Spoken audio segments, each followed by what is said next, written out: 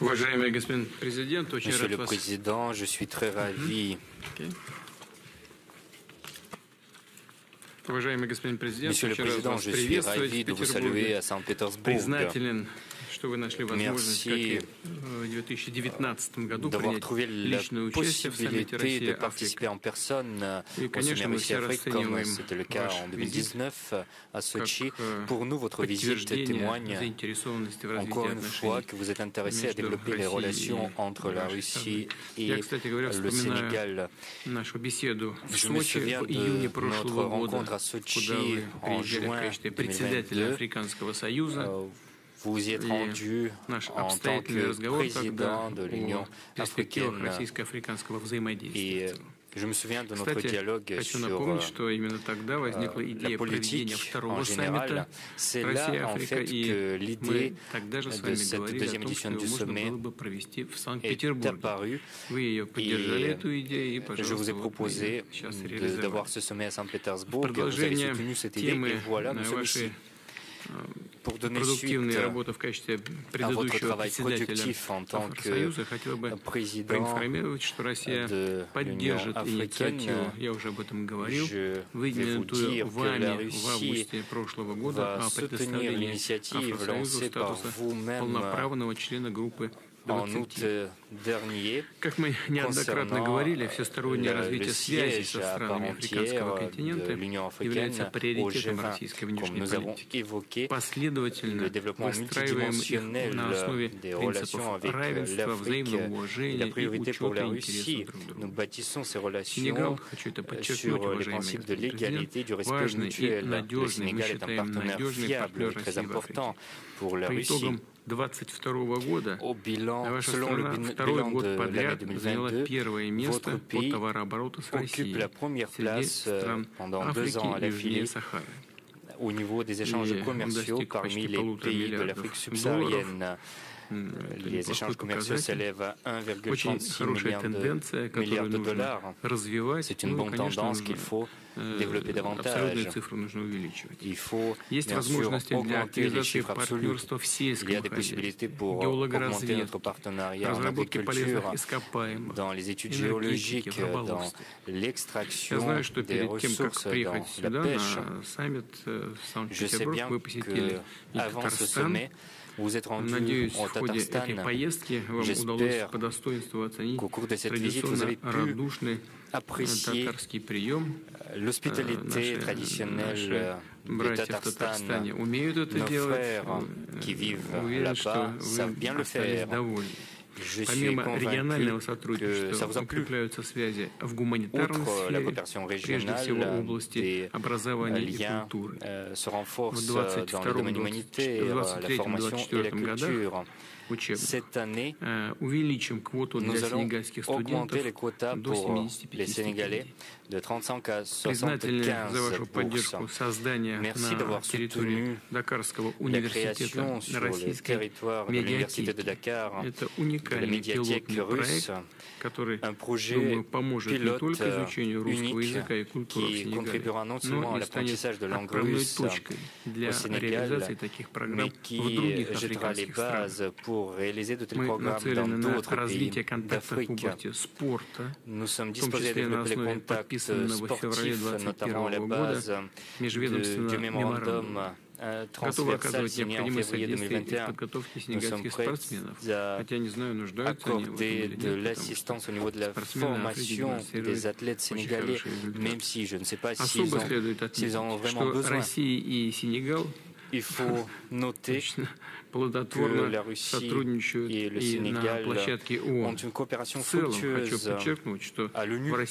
Je tiens à souligner que la Russie respecte bien la position du principe sénégalaise et d'autres États africains en vue de maintenir la paix et la stabilité dans le monde et en vue d'un modèle plus stable du monde.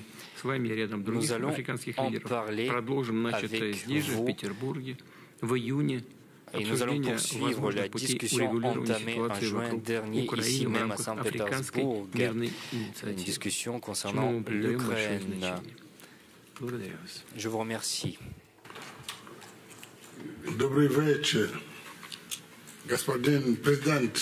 Bonjour, Monsieur le Président. Merci beaucoup, Monsieur le Président, pour votre invitation et votre accueil convivial, comme d'habitude. Je tiens, Monsieur le Président, à vous féliciter chaleureusement pour la parfaite organisation de notre sommet. D'ailleurs, j'ai vu vraiment toute la journée de 10 h ce matin jusqu'à pratiquement 22 h 30 et je sais que vous avez encore une autre séance dans le cadre de la discussion que nous avions entamée au mois de juin. Alors, je suis par la force des choses devenu un habitué de la Russie puisque c'est mon 5e voyage dans votre beau et grand pays depuis la Coupe du Monde de 2018. Ensuite, lors du premier sommet Russie-Afrique en 2019, au mois de juin 2022 à Sochi, dans le cadre de l'initiative que j'avais prise, et au mois de juin 2023, pour la même initiative en compagnie de l'initiative africaine, et aujourd'hui, lors de ce second sommet Russie-Afrique. J'ai d'ailleurs profité, comme vous l'avez rappelé, pour me rendre au Tatarstan, les 25 et 26 juillet, sur l'invitation du président Rustam Minikhanov de Raïs, que j'ai eu le plaisir de recevoir au Sénégal en mars 2022. Le cadre juridique de notre coopération est très fourni avec une trentaine d'accords depuis le début. Mais je pense que nous pouvons mieux faire encore en matière de commerce, en matière de coopération, notamment dans le domaine des mines, des hydrocarbures, de l'agriculture et surtout la formation des ressources humaines, aussi dans le domaine de la pêche et dans les filières scientifiques. Au plan multilatéral, je voudrais vous remercier très sincèrement. J'ai eu à le faire par un courrier et par un tweet pour votre soutien à la candidature africaine pour devenir membre à part entière du G20. Cela est conforme à la vision que nous avons en partage, qu'il faut un monde plus inclusif, un monde plus juste qui reflète la réalité du XXIe siècle. C'est une requête que je vous avais soumise l'année dernière, quand j'étais président en exercice de l'Union africaine, et à laquelle vous avez répondu avec diligence immédiatement. Donc j'ai eu d'ailleurs à rendre compte au sommet de l'Union africaine au mois de février de tous les pays qui ont eu, et vous faisiez partie des tout premiers pays à nous soutenir. Donc merci pour cela. Nous espérons au mois d'octobre ou novembre en Inde que cette adhésion va être actée et nous allons poursuivre le combat pour la réforme du Conseil de sécurité et pour la réforme des institutions de Bretton Woods pour une plus grande justice financière internationale. Les pays africains souffrent beaucoup sur la manière dont ils sont notés, dont ils sont perçus, ce qui fait que nos crédits sont renchéris parce qu'il faut payer des risques, des assurances, alors que les risques ne sont pas aussi importants, puisque tous les pays africains, malgré leurs difficultés, payent leurs dettes. Alors c'est pourquoi ce matin je disais que pour moi le partenariat doit se baser sur l'étude de nos situations réelles. Nous avons de grands besoins d'investissement.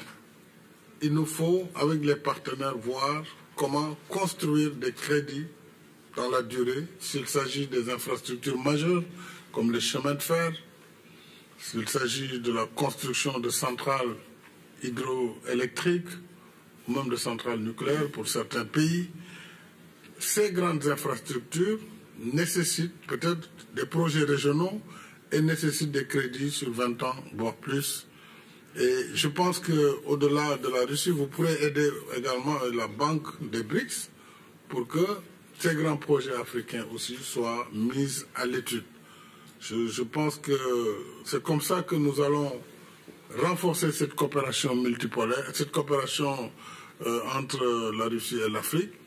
Et c'est comme ça que nous voyons ce monde multipolaire où il faut des puissances différentes et une collaboration internationale.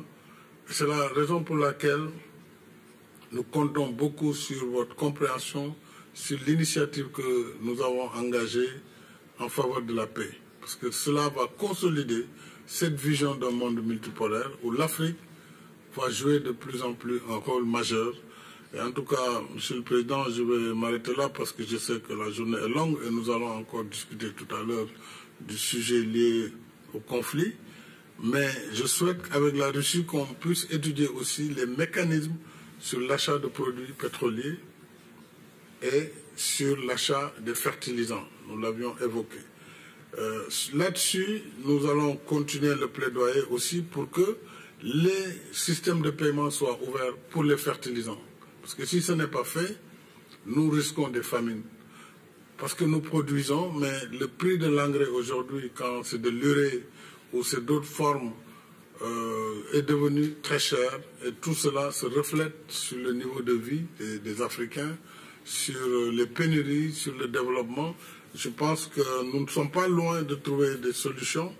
Et nous avons respecté la décision sur les graines qui venaient de la mer Noire, mais il faut donc qu'on voit avec la Russie comment compenser et comment aussi permettre, en tout cas, toutes les levées sur le blé et les fertilisants russes, mais également de façon générale sur le commerce pour le blé ukrainien, de façon à ce que le commerce soit libre pour tout le monde. Voilà, Monsieur le Président, merci encore une fois. Spasiba. Меня зовут Маки Сали.